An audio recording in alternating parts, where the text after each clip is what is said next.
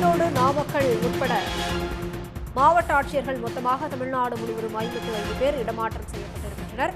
மதுரை, ஈரோடு, செங்கல்பட்டு, திருச்சி, சிவகங்கை ஆட்சியர்கள் இடமாற்றம் செய்யப்பட்டு தமிழ்நாடு அரசு அறிவித்திருக்கிறது. கூடுதல் விவரங்களோடு இணைகிறார் செய்தியாளர் கண்ணன். கண்ணன், வணக்கம். விவரங்கள். தமிழகத்தில் 55 IAS ஆட்சி அதிகாரிகளை இடமாற்றம் செய்து தமிழ்நாடு அரசானது உத்தரவிட்டுள்ளது. இதற்கான உத்தரவை தமிழ்நாடு அரசின் தலைமைச் செயலாளர் பிறப்பித்துள்ளார். அதன்படி சுற்றுலா வளர்ச்சிக் கழகத்தின் இயக்குநராக இருந்த ஷில்பா பிரபாகர் சதீஷ் வணிக வரித்துறையின் அரசு செயலாளராக நியமனம் செய்யப்பட்டுள்ளார்.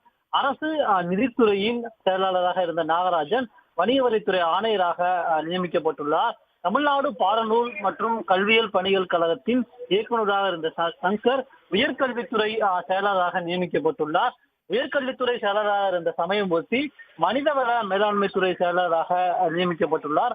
மனிதவள மேலாண்மைத்துறை அரசு முதன்மை செயலாளராக இருந்த பிரகாஷ் சென்னை பெருநகர வளர்ச்சி குழும முதன்மை செயலாளராக நியமிக்கப்பட்டுள்ளார். இதே போன்று 9 மாவட்ட ஆட்சியர்களும் பணியிட மாற்றம் செய்து தமிழ்நாடு அரசானது உத்தரவிட்டுள்ளது.